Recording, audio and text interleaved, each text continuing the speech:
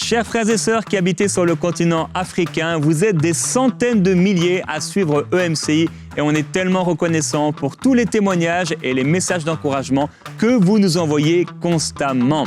Et aussi reconnaissant pour toutes celles et tous ceux qui ont soutenu EMCI lors des dernières campagnes de dons et particulièrement ceux qui ont rejoint la grande famille des partenaires, les 20 000 partenaires mensuels de MCI. Cependant, plusieurs d'entre vous, vous auriez voulu rejoindre cette grande famille, mais vous ne le pouvez pas parce que vous êtes dans un pays où le système bancaire ne permet pas de mettre en place un don mensuel automatique.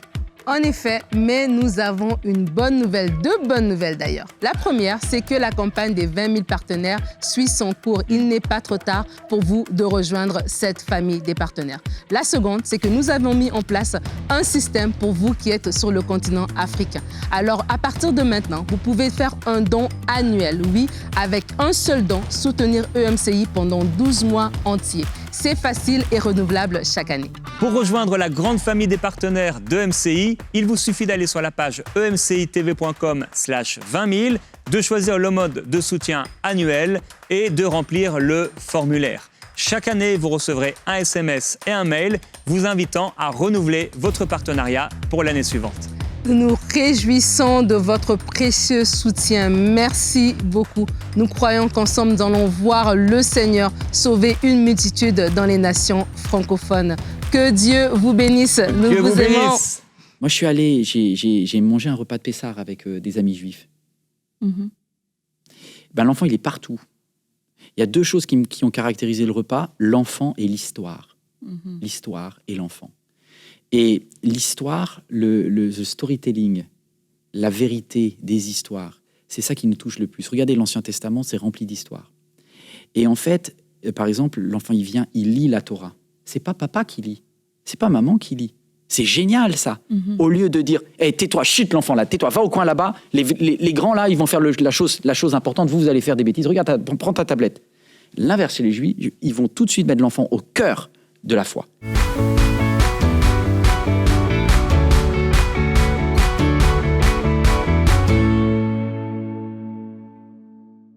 Bonjour tout le monde, contente de pouvoir commencer cette nouvelle semaine avec vous dans À table avec Annabelle. Et aujourd'hui, eh bien, nous avons un homme comme invité. On essaye de pas le faire trop souvent, mais il est quand même spécial. Il est quand même spécial et ça va être une très belle émission ensemble. Et on va parler de la jeunesse ensemble parce que, en tant que parent, en tant que leader, en tant que pasteur et aussi en tant que jeune, eh ben, on peut voir que ça peut être un défi que les jeunes puissent rester attachés au Seigneur et aussi attachés à l'Église. Et en tant que parents particulièrement, il peut y avoir des moments un petit peu de peur, de crainte. On se demande, mais est-ce que mes enfants vont marcher avec le Seigneur? On voit à EMCI, c'est beaucoup de sujets de prière qu'on va recevoir. Prier pour mon fils, prier pour ma fille. Donc, c'est un vrai défi, c'est une vraie question. Comment faire pour que les jeunes puissent rester attachés au Seigneur et à l'Église? Et nous sommes donc, je vous l'ai dit, avec un monsieur aujourd'hui. Oh. Un monsieur, bonjour Yvan. Bonjour Annabelle. Bonjour. Ça va, Yvan? Ça va aller. Ça va aller. Sérieusement bien. J'ai compris que j'étais dans un territoire hostile. Donc, voilà. Ah, mais alors, pas du tout. En minorité, mais pas hostile. Grave en minorité. Très honoré d'être à une table comme ça avec vous, mesdames. Tu es le bienvenu. Merci. Nous ne te voulons pas de mal, que du bien. Nous sommes bienveillantes. Et donc, pour te présenter, même si je pense que la plupart des gens te connaissent, tu es donc Yvan, tu es pasteur à Emelka, donc dans la région parisienne, à Créteil, particulièrement une église en pleine croissance, en pleine expansion. Et tu es aussi un papa. Tu es un papa, tu as 2 enfants, dont... Donc 2 qui sont presque ados maintenant. Dans l'âge dur. Ouais, un ado. 14... La fille, elle est en avance, elle va avoir bientôt 11. Ah, okay, c'est une fille à 11 ans. Ouais, mais 14, mais 14 elle va avoir 11 ans et le gars, il a 14. Je table les années difficiles. Ouais, en tout cas, ces années où certaines questions déjà des parents qui me disent « je ressens la même souffrance, je ressens la même galère. » Et d'autres disent « t'as rien vu encore. » Est-ce que tu serais un tout petit peu devant moi, ma sœur? Bref, on n'en trouve pas. Qu'est-ce que je vais te te dire, oui, Yvan et Stéphanie, vous vous connaissez bien, vous. Au moins, tu vois, tu connais bien Stéphanie. C'est bon, tu te sens mieux. Très bien, très bien. Et je le disais avant l'émission, Yvan, tu penses beaucoup en dehors de la boîte. Et je trouve ça intéressant aussi par rapport à la jeunesse, parce que je crois que dans nos églises, il y a quand même eu une tendance à continuer de faire les choses de la même façon quand nous-mêmes... Avec des mauvais résultats. Tu vois, et souvent, parce que nous-mêmes, moi je dis nous-mêmes, pas moi, parce que j'ai la première génération de chrétiens, mais quelquefois, certains parents ont eux-mêmes vécu ces défis en étant plus jeunes, et puis, quelquefois, par manque de modèles, de repères, tu reproduis la même chose, en fait, et puis tes jeunes reproduisent le même parcours au niveau de leur foi, et comme tu dis, bon, voilà, les mêmes mauvais résultats. Oui, parce que, donc il faut se poser des questions. Juste d'un point de vue statistique, moi, à la base, j'étais pas que pasteur dans ma vie. J'étais aussi professeur et je faisais aussi des statistiques sur la sociologie. Je sais qu'il y a plusieurs types de personnes qui nous regardent de différents continents, de différents pays. Mais il y a une caractéristique dans les églises qui est à peu près la même. C'est que le taux de décrochage de la foi est très élevé dans les églises de sensibilité évangélique et catholique. C'est-à-dire que s'il y a deux sensibilités religieuses qui ont énormément de mal à transmettre la foi à leurs enfants, c'est toi, c'est moi, c'est nous, peut-être quelqu'un devant son écran. On n'a pas des très bons résultats. Donc, il faut juste qu'on se le dise une fois pour toutes, parce que c'est cette humilité qui nous permettra de dire, OK, Dieu, OK, c'est pas normal qu'on ait autant de pertes. Quand vous voyez aujourd'hui, je parle de juste l'Église catholique en Europe. Alors, c'est moins vrai en Afrique, c'est un peu moins vrai en Asie du Sud-Est ou aux États-Unis, c'est pareil. Hein. Oui. Voilà. Ils ont perdu, mes amis, mes frères catholiques, ils ont perdu plus de 1/3 de pratiquants en l'espace de 10 ans. C'est une chute qui est vertigineuse. Et j'avais, il y a quelque temps, je parlais à un couple de quinquas, 50 ans, catholiques, et disaient, non seulement nos enfants ne sont plus là, mais nos petits-enfants, alors ils sont plus du tout. Ils ont complètement perdu la foi. Ça m'a touché parce que tu voyais la souffrance. C'était dans un journal français, mais qu'est-ce qui se passe? Comment ça se fait qu'il y a cette perte dans le transfert de la foi? Alors on se dit, nous les évangéliques, on est meilleurs parce que nous on croit à la conversion, le baptême, le Saint-Esprit, le feu, etc. Oui, on a des meilleurs résultats parce qu'il y a beaucoup de personnes nouvelles qui rejoignent. Donc, l'évangélisation, le côté missionnaire de chacun d'entre nous fait que on gagne des âmes, comme diraient des chrétiens. Il y a des personnes qui... Mais en vrai, on perd nos jeunes. Et on a, pareil, plus d'un tiers, presque 40% des jeunes qui sont nés dans une famille chrétienne décrochent. C'est énorme. Juste pour information, les Juifs, ils sont à moins de 5%. Hein. Ah ouais. Moins de 5%. Donc, on prend une claque dans la figure et on se dit, waouh, les Juifs arrivent à instruire l'enfant dans la voie qu'ils veulent qu'il suive et ils s'en détournent pas. Nous, on n'arrive pas bien. Et comment t'expliques ça? On va en parler. Je ne vais pas monopoliser la parole. Je te pose la question, du coup. Mais tous, on veut savoir. Ouais, avec des... Ouais, mais alors, si j'avais tout compris déjà, je serais peut-être très orgueilleux. Et j'ai 2 ados, ils ont bientôt 11, 14. Je ne suis pas sûr de pouvoir moi-même bien réussir. Alors, parce que lorsque l'on est de sensibilité chrétienne comme ça, la démarche de foi est personnelle. Il y a une phrase qui est super importante, c'est le pasteur Lévi Petrus. C'était le plus grand pasteur de la plus grande église d'Europe. C'était en Suède dans les années 50, 60, 70. Il dit cette phrase, pour nous les chrétiens, Dieu n'a que des enfants, il n'a pas de petits-enfants.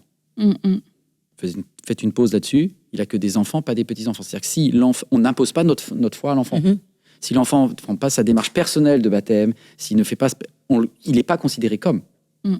Okay. Si vous êtes musulman, vous n'avez pas ce problème-là. Si vous êtes juif, vous n'avez pas ce problème-là. L'enfant est par génétique, par religion du groupe, automatiquement juif. Il est automatiquement musulman. C'est pas un choix. Non, c'est pas un choix. Regardez ce qui se passe avec la charia dans les pays islamiques. Si l'enfant dit qu'il n'est pas musulman, dans une grande partie des pays du monde, il est au minimum chassé de sa famille, voire même il risque la mort. Enfin, vous voyez tous les jours des choses, que ce soit au Pakistan, que ce soit en Afghanistan, que ce soit en Arabie Saoudite, des jeunes femmes qui, pour avoir osé regarder un jour une émission à table avec Annabelle, bonjour chez vous, etc., ont rencontré Jésus, elles risquent tout.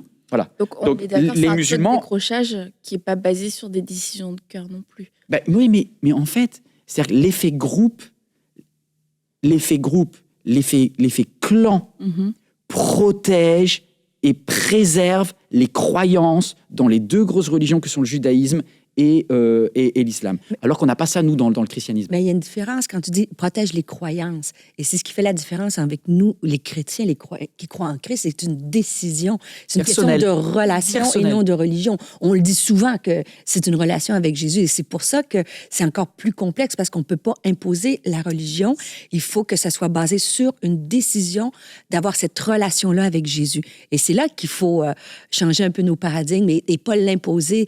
Comme moi aussi, je suis la première chrétienne dans ma famille, mais rendue à mes enfants, ils sont pas chrétiens parce que je suis chrétienne, tu vois. Fait que c'est là qu'il faut avoir des outils, Yvan, que tu vas nous partager pour comment on peut les inspirer à décider de vouloir cette relation-là avec Jésus, la plus importante décision de notre vie, n'est-ce pas? Moi, je dirais peut-être aussi pour les parents, c'est d'accepter qu'à un moment donné, ton enfant est un inconverti. Oui. Et ça, je crois que c'est quelque chose, en tant que parent chrétien, c'est pas facile à accepter parce que tu as toute la notion de l'éternité, qu'est-ce qui va lui arriver, etc., etc. Et puis de se dire, j'ai tellement investi, j'ai prié pour mon enfant. C'est un vrai lâcher-prise, en fait, de te dire à un moment donné, mon enfant n'est pas sauvé. Mon enfant ne marche pas avec le Seigneur, n'a pas pris sa décision personnel et ce lâcher prise qui arrive à des âges différents. T'abandonnes ton enfant en fait pour qu'il prenne cette décision et c'est là, je pense, où quelquefois en tant que parent, on peut être maladroit et puis on peut malheureusement causer du tort parce que on peut être hyper envahissant dans la je te lâche prise mais je te garde parce que j'ai tellement peur pour toi en fait, mais il y a un moment donné notre enfant il est pas sauvé et c'est pour ça qu'il doit faire il doit prendre sa propre décision, mais pour prendre sa décision il y a un moment où il dépend pas de nous, il dépend plus de nous et on le laisse, et ça je pense que c'est assez dur ce moment-là en tant que parent. C'est tellement dur que je pense que beaucoup qui nous regardent et qui sont d'une famille plutôt évangélique, des fois, ils disent, mais pourquoi les catholiques, ils font le baptême des enfants? Mais d'où ça vient? Ça vient de là. Ça vient de cette peur du lâcher-prise. Ça vient de cette... En fait, les premiers disciples, les premiers chrétiens baptisés adultes. Moi, je suis allé en Italie, le pourtour méditerranéen, toutes les églises construites entre le 2e, 3e, 4e siècle ont systématiquement des baptistères dans lesquels on peut étaler un adulte. Et tout d'un coup, à partir du 6e, 7e, il n'y a plus de baptistère. Il n'y a plus le baptême d'adulte et on baptise des enfants. Pourquoi? Parce que c'était tellement insupportable pour les mamans de dire, dans la crainte, parce qu'avec ce verset, celui qui sera baptisé sera sauvé. Les mamans, elles ont mal compris le verset, elles avaient tellement peur, les papas aussi, je pense, qui se sont dit, purée, notre enfant, on peut, tu vois, ce risque, il va rater Dieu. Donc du coup, avant même qu'il choisisse, je le plouffe au cas où, comme ça c'est réglé. Et c'est comme ça, mais ça va nous chercher loin en fait. Ça va nous chercher loin. Et il y avait des gens avant nous. C'est-à-dire qu'on n'est pas, j'entends, mesdames, vous êtes la première génération dans votre famille. Mais moi, j'y suis pas, d'accord. Je sais pas pour toi, Aurélie, mais ouais, première génération. Non, moi, je suis longue tradition. Et il y a toujours eu la trouille. C'est est-ce que la génération d'après va relever le flambeau que moi j'ai porté moi-même? Et du coup, on a besoin de se sécuriser et on a créé et ça a changé le sens du baptême, etc. Mais je suis d'accord avec toi. Moi, je crois qu'il faut une relation personnelle avec Dieu et Dieu ne s'impose pas.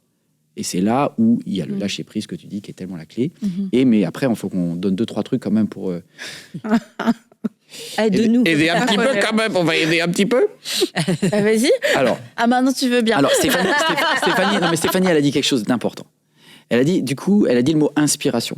Ouais. Alors qu'un musulman ou qu'un juif dirait transmission, obligation, elle a dit inspiration. Et oui, du coup, en fait, si tu veux, il y a 2 façons de conduire quelqu'un. Tu peux le faire conduire par la peur, par les règles, par la loi. Excusez-moi, mais ça s'appelle le judaïsme, ça s'appelle l'islam, la charia, c'est la loi de Dieu. Le judaïsme, la Torah, c'est la loi de Dieu. Donc, tu lui dis, fais ça et c'est réglé. D'accord ? Et nous, on n'est pas là-dedans parce qu'on est sous la grâce. Donc, la liberté. Donc, la liberté, c'est la prise de risque. Alors, juste par rapport à ça, il va falloir que donc, et c'est le danger des parents, renoncer à arriver avec les tu dois, il faut que, viens avec moi, à waouh, j'ai pas le droit à ce bâton. Donc je vais devoir utiliser des aspects motivationnels. Et c'est là où Est-ce que l'argent, ça en fait partie? allez, tu commences avec les bonbons et tout. Je n'ai rien entendu. C'est pas ce qu'elle a voulu dire. Moi, j'ai utilisé les beignes, quoi, pour les voir. On va à l'église, après on mange des beignes. Moi, j'ai dit tous les coups sont permis pour qu'ils viennent à l'église. Tu sais qu'en une expression française, les beignes, c'est les coups. Les donuts, c'est parce que les Français, vous parlez toujours les donuts, des gâteaux, peu importe les chocolats. Ton enfant. Décidément, moi, je te donne une beigne si tu viens à l'église. Mais c'est pas gagné. Tu la prends, l'intimidation. Bon, un donut, un gâteau. Vous avez compris ça? Non, mais de toute manière, si Je ça. savais très bien qu'ils n'avaient pas faire ça. Mais ça fait mal à ton corps, le donut aussi, donc c'est une belle.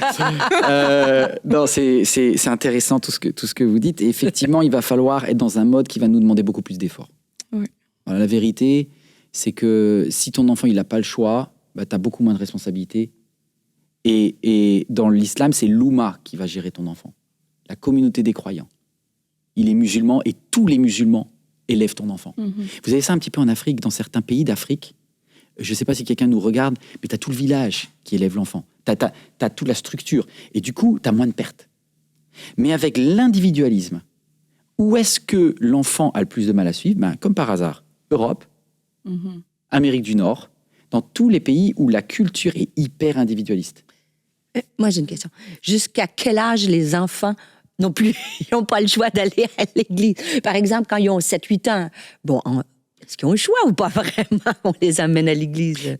Alors après, ça dépend comment tu commences à estimer une terme de majorité spirituelle. Alors juste pour info, on dit l'enfant il est inconverti, etc. Mais je crois qu'il est sauvé quand même quand il est petit, qu'il n'a pas atteint l'âge de raison, d'accord? Ouais. On va pas faire peur aux parents là. Non. Donc il est sauvé. Il y a un moment il est donné, sauvé. Mais justement, c'est justement ça, c'est ça la réponse. C'est quand l'enfant, on considère qu'il est aussi en âge de réfléchir par lui-même. C'est important que dans toute cette période-là, il soit au contact de l'évangile. Oui. Parce que comme il a un choix à faire, il faut quand même qu'on lui donne toutes les billes pour qu'il puisse faire le choix. Il faut qu'on lui donne toutes les armes pour pouvoir combattre le combat de la vie. Donc, et c'est là, en tant que maman, en tant que papa, c'est ta responsabilité. Oui, enfin, je veux dire, moi, l'enfant, il n'y a aucun jour de ma vie, j'ai voulu aller à l'école. Hein. J'étais un enfant hyperactif, etc. Jamais, moi, Tom Sawyer, c'était mon rêve, quoi. C'était l'école buissonnière et partir loin. Donc, après, j'ai fini prof, tu vois, c'est comme une vengeance. Vous m'avez fait payer, je vais vous faire payer ce que vous m'avez imposé. Mais voilà, ma mère a dit, attends, mon coco, t'es petit là, hein, tu vas aller à l'école, hein, et tu discutes pas. Même mon premier camp d'ado, parce que honnêtement, l'église, c'était vraiment inadapté. Nos églises sont très globalement inadaptées, ça donne pas envie à l'enfant. Donc, en tant que parent, tu n'es pas aidé par le système de la foi. Et dans beaucoup d'églises, les enfants sont placés dans une espèce de salle obscure, sombre. Les adultes, c'est le peuple de Dieu, c'est vraiment la gloire, l'onction. L'enfant, lui, mais il faut voir nos crèches, il faut voir nos endroits dans les églises. Mais pardonne-nous, Dieu. Pardonne-nous d'avoir aussi maltraité nos enfants. Des fois, les pasteurs pour enfants, bon, c'est inadapté, le discours est inadapté. On les oblige à écouter des prédications, des messages 45 minutes.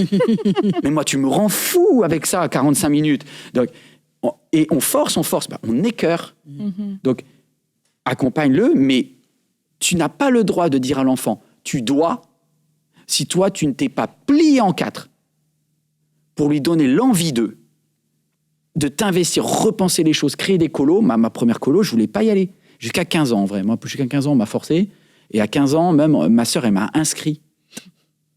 Elles avaient fait un gang avec ma mère, sans me dire. Elles ont pris un formulaire, un camp d'ado, 15 ans, quand j'ai appris qu'ils m'avaient mis l'été dans un groupe où je connaissais personne, mais j'étais furieux. Est-ce que tu allais en thérapie après? Mais écoute, j'ai fait pire, j'ai fini pasteur. T'imagines?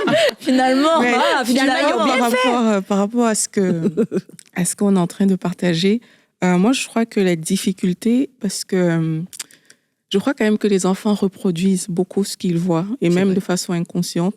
Donc, un adulte même qui reprochait à ses parents plusieurs choses, il arrive parent à son tour et force est quand même de constater qu'il reproduit des schémas que lui-même il a reprochés quand il était plus jeune. Et la difficulté au niveau de ce qu'on peut appeler la transmission. Je pense que c'est le fait que certains parents eux-mêmes, ils savent pas quoi transmettre quelque part. Je dis transmettre pas dans le sens d'imposer, transmettre dans le sens juste que ce que tu es communique des valeurs qui poussent l'enfant à dire son propre oui à Dieu, ce que tu vis, la façon dont tu te présentes dans les yeux de ton enfant, qui fait que demain il dit « Ah, mais moi je veux être comme maman. Et maman était une femme de foi, je veux être cette personne-là. » Et je crois que c'est difficile parce que tout le monde, comme on dit chez nous en Afrique, se cherche quelque part. Tout le monde cherche aussi à plaire à Dieu, à grandir spirituellement, etc. Et dans le processus, on se dit devant nos enfants, on doit paraître quelqu'un qui sait, quelqu'un que s'il pose une question, on doit pouvoir répondre, on doit pouvoir le diriger, on doit pouvoir en tout cas lui apporter des choses automatiquement. Et je crois que ça rend parfois les choses difficiles parce que, en fait, devant ton enfant, tu dois paraître comme ça, mais en toi-même, tu sais que t'en es pas là, tout simplement. Et l'enfant, il déteste l'hypocrisie. L'ado, il déteste l'hypocrisie. S'il y a un décalage entre ce que tu fais et ce que tu dis... Et moi, je crois que ça, c'est quand même quelque chose qui joue beaucoup dans la balance parce que les enfants vont reproduire ces choses et plusieurs jeunes qui ont quitté les églises, ils vont te dire « Oui, mais toi, tu vas à l'église chaque dimanche, mais regarde ce que tu fais. » Et ça, je crois qu'il faut qu'on ait une solution aussi concrète par rapport à ça si on parle d'influencer la jeunesse pour pouvoir accepter le Seigneur à leur tour. Il faut accepter nos fragilités. Moi, je trouve quelque chose d'extraordinaire. J'ai beaucoup réfléchi, je me suis dit pourquoi justement les juifs, les mamans juives, les papas juifs, ils arrivent à avoir moins de 5% de pertes. Alors il y a la communauté, etc. Mais est-ce que vous avez vu comment ils enseignent l'enfant dans la voie qu'il doit suivre ? Une grande différence entre la façon d'amener l'enfant à la foi dans le judaïsme et d'amener l'enfant à la foi chez les évangéliques, par exemple, ou chez les catholiques. Moi, je suis allé, j'ai mangé un repas de Pessah avec des amis juifs. L'enfant, il est partout. Il y a deux choses qui ont caractérisé le repas, l'enfant et l'histoire. L'histoire et l'enfant. Et l'histoire, le storytelling, la vérité des histoires, c'est ça qui nous touche le plus. Regardez l'Ancien Testament, c'est rempli d'histoires. Et en fait, par exemple, l'enfant, il vient, il lit la Torah. C'est pas papa qui lit, c'est pas maman qui lit. C'est génial, ça.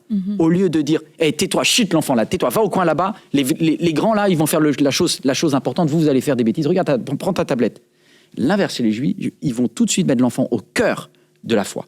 Ils vont lui demander de lire le texte. Ils vont tous applaudir, ils vont dire « bravo, c'est extraordinaire ».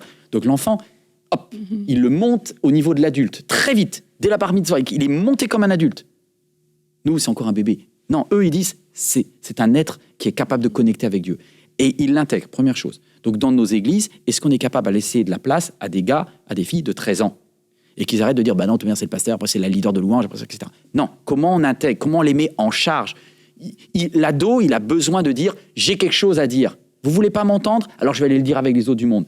Mais si vous me laissez dire, j'ai des choses à faire. Donc, empower people. Vraiment, donnez-leur la capacité de faire des choses. Valorisez-les. Et dernier point, après je vous laisse aussi réagir, mesdames, mais les massacrés, ceux qui sont massacrés dans nos églises, c'est les jeunes gars. On va pas se mentir. Jusqu'à 18 ans, on arrive à gérer les filles.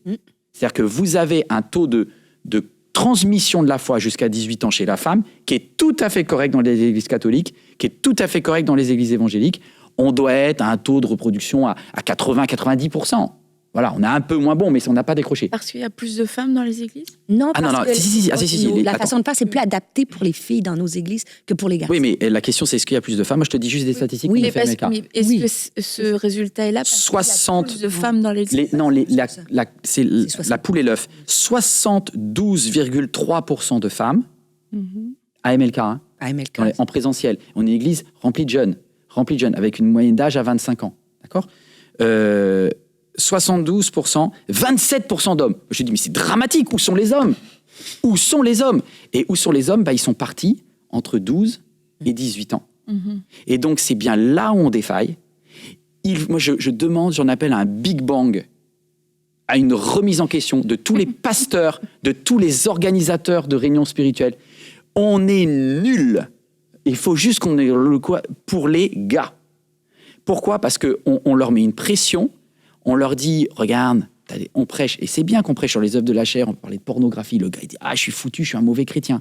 Alors que le petit juif, il va pas être challengé comme ça. Le petit juif, on va lui dire, regarde, lis-nous la parole de Dieu, on va t'honorer, on est fiers de la foi. Nous, le chrétien, on va lui dire, si tu manques, si tu continues, mais c'est que des choses négatives. Et on a beaucoup de culpabilisation. Et nos gars, ils se disent, mais moi, quand je suis à l'école, au collège, au lycée, en secondaire pour vous, etc., bah, je suis pas aussi mauvais qu'à l'église. Mm-hmm. Et du coup, on casse tellement nos gars, et les plus anciens prennent tellement de place, et on valorise pas le modèle. On les valorise pas assez. On a un vrai travail. Moi, je suis... Et puis on leur demande, quoi. Mon frère, il me disait ça, mais honnêtement, Yvan, dis la vérité. Quand tu es un gars dans une église et que tu veux servir Dieu, on te donne comme objectif soit devenir leader de louange pour peu que tu chantes comme une casserole, tu sais que c'est foutu. Après, prédicateur, mais tout le monde n'a pas envie de parler. Et puis tout meilleur, tu fais des statistiques. Je veux dire, tu vois bien, il y en a un qui parle, il y a 199 qui écoutent. Donc tu n'as pas de débouché dans cette histoire. Tu vas pas. Et on valorise pas les autres choses. On valorise pas le foot. On valorise pas le sport. On dit le sport, c'est en concurrence avec l'Église. Donc tout ce qu'ils aiment faire, c'est comme s'ils étaient des mauvais chrétiens. On va leur dire, attention, mets Dieu en premier, oui, mais on oppose, faire du business. Tout, on va lui dire, attention, l'amour de l'argent, c'est dangereux, etc. Ben, le gars, il dit, ça me convient pas, là, j'ai pas de place pour moi. Et on a des hommes qui partent, et derrière, on a des filles qui pleurent. Mm-hmm. Parce que les femmes, elles sont victimes de foi, du coup, parce que quand une fois que les hommes sont partis, elles se disent, mais ils sont où? Ils sont où, les hommes? Où est mon mari? Où est mon futur conjoint? Il est où? Je comprends pas. On a tout fait pour le chasser et on pleure derrière. Et moi, je demande pardon à Dieu pour toutes les mauvaises gestions que j'ai faites, toutes les fois où j'ai pas été adapté aux jeunes gars. À MLK, on est en train de se remettre en question. Je dis pas qu'on a trouvé la solution, mais j'ai arrêté de faire la réunion unique où il y en a un qui cause, un qui fait la louange et les autres qui écoutent. On a commencé à faire des districts. C'est chouette, ça. Raconte-le, Yvan. Parce que c'est très, très... Quand je suis allée, tu vois les jeunes partout, ils prennent des photos, ils sont dans toutes les sphères de l'Église. Et moi, je pense que c'est une clé pour garder nos jeunes, c'est de les impliquer le plus rapidement possible dans l'Église, qu'ils trouvent leurs amis, là, qu'ils puissent être impliqués. Mais raconte un peu. Non, mais par exemple, tu vois, là, on a créé un groupe de futurs YouTubers dans l'Église MLK. Donc, tu vois, tu leur dis, faites des vidéos, l'Église va investir dans le matériel. Si vous faites des vues, on va faire un espèce de The Voice du meilleur YouTube. Fais le truc. Il y en a qui sont du foot. On va leur dire, faites du foot. On fait un temps spirituel. Je mets un leader dans le groupe, un adulte, qui commence en disant, voilà, on va faire du sport et de la foi. Il y a un temps spirituel, etc. Et puis après, on s'éclate, on fait du sport, on valorise corps, âme et esprit. Parce que là, du coup, t'as du monde. Mais il y en a d'autres, c'est plus les arts, le dessin. Un autre, ça va être arrêter de faire une espèce de chemin unique. Mm-hmm. Il faut repenser l'Église. Comment nos adogas peuvent se sentir, trouver un gang, une clique, quelqu'un avec qui ils se sentent bien. Mm-hmm. Parce que si tu ne le fais pas, ils iront ailleurs le chercher. Et pour les parents, du coup, comment est-ce que tu encourages, toi, les parents à se positionner, surtout par rapport aux garçons? Le parent, il n'est pas seul. Hein. Nous, on a beaucoup de mamans célibataires en plus. Mm-hmm. C'est-à-dire qu'il n'y a même pas le modèle du père. Donc, il va projeter encore plus le modèle du pasteur. Mm-hmm. Donc, il risque d'être, comme il idéalise le pasteur, etc., le risque d'échec est encore plus grand. Alors, les parents, pensez Église, mais pensez en dehors de l'Église. C'est-à-dire, ne mettez pas que la foi dans l'Église. Mm-hmm. C'est-à-dire, ne lui dites pas, ton niveau spirituel est déterminé par le nombre de dimanches où tu es allé à l'Église. Si vous trouvez des activités périphériques chrétiennes, faites-le à fond. Vous êtes prêt à lui payer des cours de piano. D'accord, vous êtes prêt à vous bouger pour l'amener dans un camp de jeunesse chrétien. Ça va vous... mais c'est cher. Ok, il y a un moment, tu choisis. Arrête de pleurer pour ce qui se convertissent. T'es pas capable de sortir les francs, les dollars, les euros pour y aller. Écoute, il y a un moment, faut savoir. Hein, là où est ton argent, là aussi est ton cœur. Hein. Donc, tu payes pour ton gars et oui, et puis il n'y a pas de garantie derrière. Tu investis dans des activités et surtout, tu favorises sa rencontre avec des amis chrétiens, chrétiennes. Tu valorises ça. Mm-hmm. Tu valorises ça. Tu lâches à ce moment-là en disant, OK, tu es avec des amis chrétiens, c'est formidable. Vas-y, fonce, etc. Ça ne veut pas dire qu'ils seront des petits anges, hein. Mais il y a ce côté-là aussi. C'est que quand quand on met l'enfant dans un environnement chrétien, on peut vite penser que, ben oui, il sera un petit ange et le parent aura le côté culpabilité peut venir même avec la comparaison. Mais regarde tes amis, eux, ils se comportent pas aussi mal. Regarde comment toi tu fais, etc. Et ça aussi, ça vient casser quelque part ce qu'on veut fonder, ce qu'on veut bâtir au niveau de l'enfant. Et je crois que c'est important d'adresser ça aussi. C'est pas parce qu'un enfant même va à l'église que ça devient un enfant qui ne peut plus faire des bêtises, qui ne peut plus faire des mauvaises choses, etc. Ça fait partie de la vie de l'enfant. Il faut trouver la façon de l'accompagner pour que ça ne demeure pas dans sa vie. Mais il ne faut pas commencer c'est pas normal que tu fasses ça alors que tes amis ou le fait qu'on t'a enseigné telle chose, etc. Je crois que ça aussi, ça balance quand même. Et ça balance, mais aussi, c'est que en fait, on croit qu'on sait ce que font nos enfants. Tu vois? Parle, ma sœur, dis la vérité. Une femme de sagesse, c'est vrai. Et le problème, c'est parce que souvent, on va leur mettre des standards que nous, on s'impose à nous. Donc, il faut aller à l'église, il faut faire ci, il faut faire ça. Donc, pour nous plaire un peu... Lire ta Bible, tant de minutes, tant de chapitres. Où on est contre ci, on est contre ça. Donc, pour nous plaire, pour pas que ce soit toujours la chicane dans la maison, ils vont dire qu'ils le font. Mais finalement, quand tu as le dos tourné, ils font leur vie. Tu vois, c'est plus ils avancent en âge. Et le problème, moi, je vais parler pour moi, où ça a été difficile, c'est que des fois, avec toutes nos interdictions, on a brisé la communication. Et après ça, tu dis, mais pourquoi tu me l'as pas dit? Ben, je te l'ai pas dit parce que tu allais me dire, il faut pas que je fasse ci, il faut pas que je fasse ça, faut pas... Donc, à la partie... Mais moi, si c'était à faire, il y a des choses que je me dis, il faut garder la communication ouverte, puis de dire, ils sont en train d'écrire un témoignage, puis ce qu'on a semé, on va le récolter éventuellement. Mais parce qu'on brise cette communication-là, ben, ils nous disent rien. Et quand ils nous disent rien, ben, ils font des choses qu'on apprend plus tard. Et là, on n'était pas là pour aider. Donc, c'est pas facile, mais juste de dire, peut-être ça nous stresse un peu de dire, je sais pas ce qu'il fait, ou je suis pas d'accord, mais si je peux lui parler, puis il peut se parler l'un et l'autre, ben ça aide à... Et garder aussi les frustrations, tu vois. Parce que c'est dur pour un parent de regarder son enfant et d'arriver à la conclusion que, oups, il n'est pas exactement là où je voulais qu'il soit. C'est comme si c'est un échec pour ce parent-là. Mais si tu prononces des choses négatives sur ton enfant, tu récolteras du négatif derrière. C'est ça. Surtout pour les gars. Alors, surtout pour les gars. Tu veux vraiment qu'un gars devienne mauvais, dis-lui qu'il est mauvais. Je peux te dire une chose, je te prophétise que tu vas réussir à faire exactement ce que tu as dit. C'est-à-dire qu'il va être mauvais à la fin. Donc, c'est génial ce que tu dis, Aurélie. Mais maman, papa, tais-toi quand tu as envie d'exploser. Ça, c'est ton boulot de travailler sur ton gars. Et je sais, moi, maman, elle est... Tu vois, elle avait des attentes très élevées envers moi, envers tous mes enfants, envers tous mes frères et sœurs. Et avec mes enfants aujourd'hui, avec mes petits-enfants. Donc, elle a des attentes élevées. Une maman a des attentes. Voilà. Mais le moment où elle m'a plus aidé, c'est un moment où elle n'a pas fait exprès. Elle n'a pas fait en stratégie.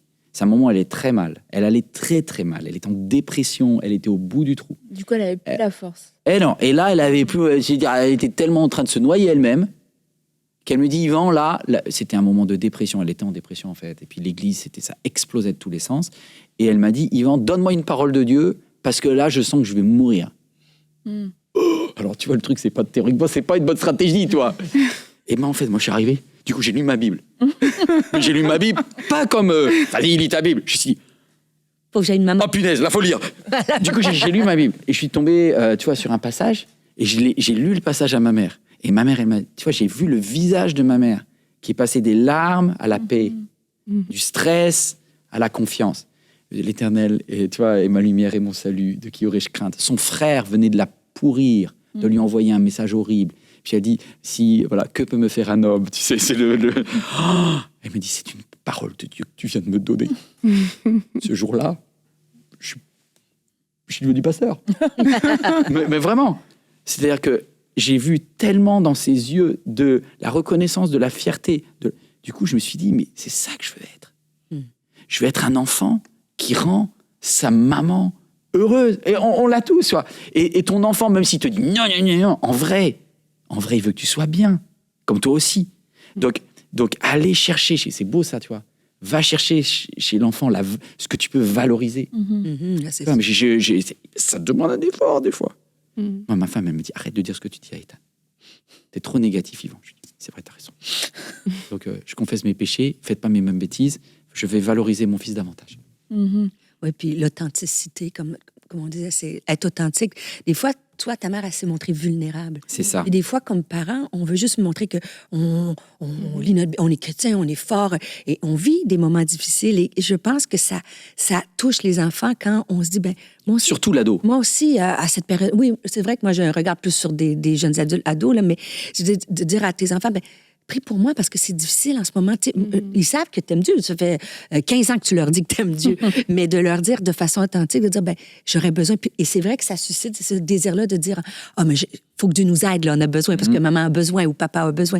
Et d'être authentique, c'est quand on n'est pas authentique que le message et le messager, il y a un clash, là. Donc, c'est pour ça, même dans la prédication, mais avec nos enfants, d'être le plus vrai. Ça ne veut pas dire qu'on raconte toute notre vie, là. Je ne dis pas que c'est nos potes, puis il y a des moments où on se tient, vous comprenez, mais d'être vulnérable, parfois, je pense que ça touche aussi. Il y a des saisons. Oui. Quand il est enfant, quand il a moins de 10 ans, tu vois, tu vas pas le mettre en charge, tu vas le faire exploser, tu vois. Mais quand il devient ado, ben là, il passe du statut de déséquilibré où je sais et tu sais pas, à... Et si on apprenait ensemble? Ah là, si tu arrives à faire ça, c'est incroyable. Et progressivement, il est censé te rattraper. Parce que quand il arrivera adulte, c'est quelqu'un comme toi. Hein. Que tu le veuilles ou non, il sera à ton niveau. Hein. Oui, mais aussi, c'est que le piège, c'est que souvent, les jeunes, quand ils vont regarder, même les plus petits, ils vont regarder les parents, ils vont dire, ben, c'est facile pour vous d'avoir la foi. Moi, c'est difficile. Et quand ils te racontent, il arrive où tu dis, ben non, c'est pas si facile. Moi aussi, c'est des choix que j'ai à faire à tous les jours. Fait que c'est comme ça les... Des fois, c'est comme, ben eux, c'est facile, moi, c'est difficile. Puis quand ils arrivent à te voir, ben non, c'est pas si facile. Ben là, c'est comme, c'est ben c'est pas facile pour eux aussi. Ils ont besoin de Dieu, ils ont besoin... Mais je sais pas, il y a une communication de la foi qui change un peu. Mais les parents ont peut-être peur aussi, quelque part. Et c'est cette peur-là qu'il faut travailler. La peur de ce que l'enfant soit au même niveau que moi, par exemple. C'est quelque chose que, voilà, c'est dur pour un parent d'accepter que mon enfant est au même niveau que moi, parce que tu es le parent, tout simplement, et qu'il y a quand même une hiérarchie à respecter. Et aussi le fait que les enfants, parfois, vont faire des crises et qu'ils vont utiliser des bonnes choses qui vont venir affecter le cœur du parent. Moi, je sais que quand un enfant est en crise, surtout à l'adolescence, mais il dit plein de trucs qui font mal.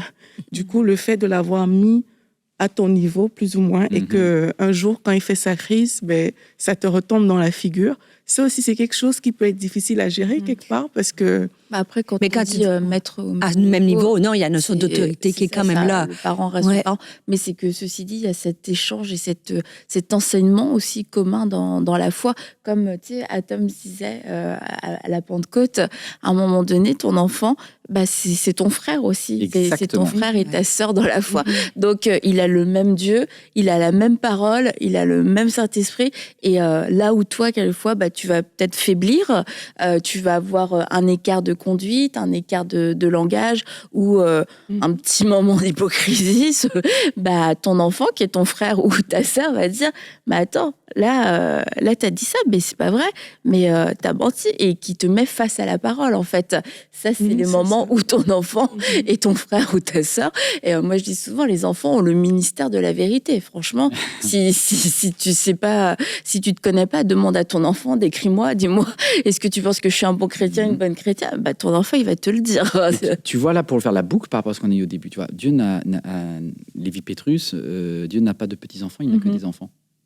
Bah, si donc, ça veut dire que toi, tu es un enfant. Et donc, ton enfant, bah, c'est pas ton enfant, c'est ton frère. Donc, c'est exactement ça. Donc, on les met dans une incohérence absolue. On leur dit à la fois qu'ils doivent choisir individuellement, mais qu'ils ne sont jamais à notre niveau. Bah si. S'ils sont libres, c'est qu'ils sont comme nous au bout d'un moment. Donc, on doit repenser notre foi. Parce que plus vite que dans les autres religions, notre enfant doit être notre égal au bout d'un moment. Et ça, c'est notre orgueil qui nous bloque, parce qu'on n'a pas envie de montrer qu'on est fragile, on n'a pas envie de montrer qu'on on a envie de garder la domination. Et il y a quelque chose à faire, c'est-à-dire l'enfant va aller plus loin que toi. Et plus vite tu l'intègres dans cela, moins tu vas le bloquer. Je ne savais pas ce qu'Atom ça a dit. C'est génial. C'est génial. C'est intègre-le. dans ta bataille. Il parlait d'authenticité, mais aussi de vérité.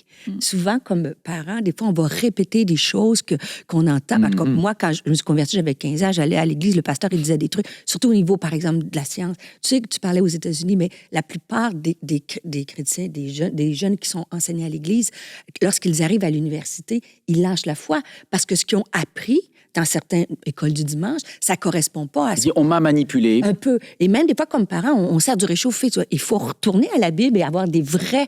Parce que eux, sur ils Google, il y a des YouTubeurs, des influenceurs, il y en a tout plein, qui disent des choses, des fois, un peu bizarres, mais des fois, il y a des choses qui sont... Tu googles certaines choses, et des fois, nos messages sont incohérents.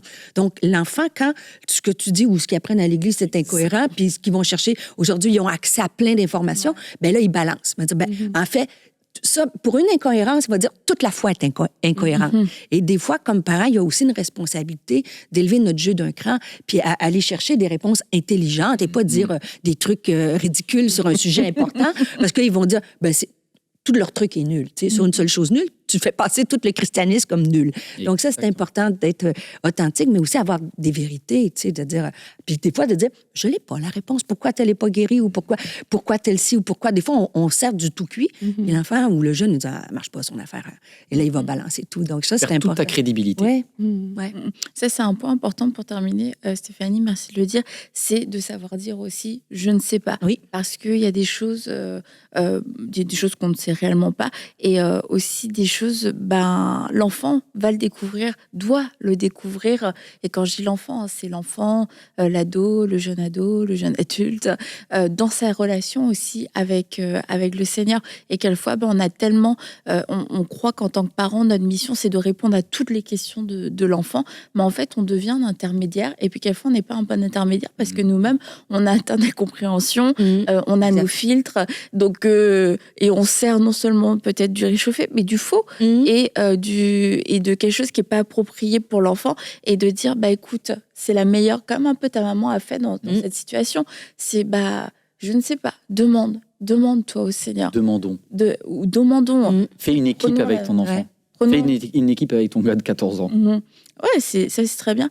Et aussi, pour terminer, comme on parlait de la communication, c'est qu'il y a des questions qui sont difficiles et quelquefois, en tant que parent, on fuit ces questions difficiles parce que c'est le malaise, parce que la question difficile, tu te dis, mais attends, qu'est-ce qu'il est en train de vivre? Et du coup, est-ce qu'on a envie de vivre ça? Puis, et de tout de suite remettre la loi, remettre les règles, ça nous sécurise, mais c'est une grande sécurité pour l'enfant aussi de se dire, je peux poser toutes les questions, je peux challenger Jésus. Ok, tu m'en as parlé depuis que je suis enfant, mais maintenant, j'ai besoin de te poser certaines questions. Et ça ne veut pas dire que notre enfant ne croit pas, mais ça veut dire qu'il a besoin de se poser ces questions. Et c'est signe, je pense, d'une foi qui va être saine. Un enfant qui s'est posé des questions, c'est un enfant qui n'a pas été... on lui a pas joué dans la tête. Et puis qu'à 20 ans, il se réveille, mais attends, mais en fait, j'ai jamais eu le droit de penser, j'ai jamais eu le droit de réfléchir, je ne sais pas qui je suis, je ne sais pas ce que je crois. Donc, c'est bon que les enfants puissent poser les questions et qui nous challenge. Et comme tu l'as dit, il faut aussi, nous, quelquefois, monter notre jeu d'un cran. Et puis, écouter l'émission de la table sur le Bing Bang pour savoir de quoi il s'agit vraiment. Ça va, Yvan, t'as survécu? Oui, parce que, écoute, on a terminé. C'est passé vite, quand même. Tellement vite, en bonne compagnie. C'est passé vite. Très bien. Mais merci, Yvan. Merci d'être venu. Plaisir. Et puis, écoute, que Dieu te bénisse avec tes enfants. Bon courage. On va prier pour toi. Amen. Et rendez-vous au jugement dernier, on verra ce que j'aurai donné. Ils sont mignons comme tout. Ils sont super, mais moi, je suis d'accord avec Aurélie, ça va bien se passer. On se dit, mercredi, bye bye.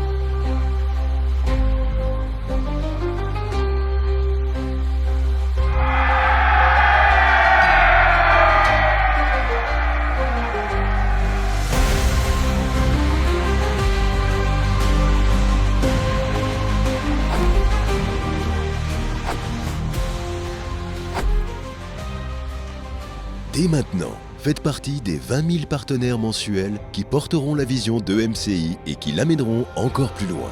Pour faire votre don, rendez-vous sur emcitv.com/20 000.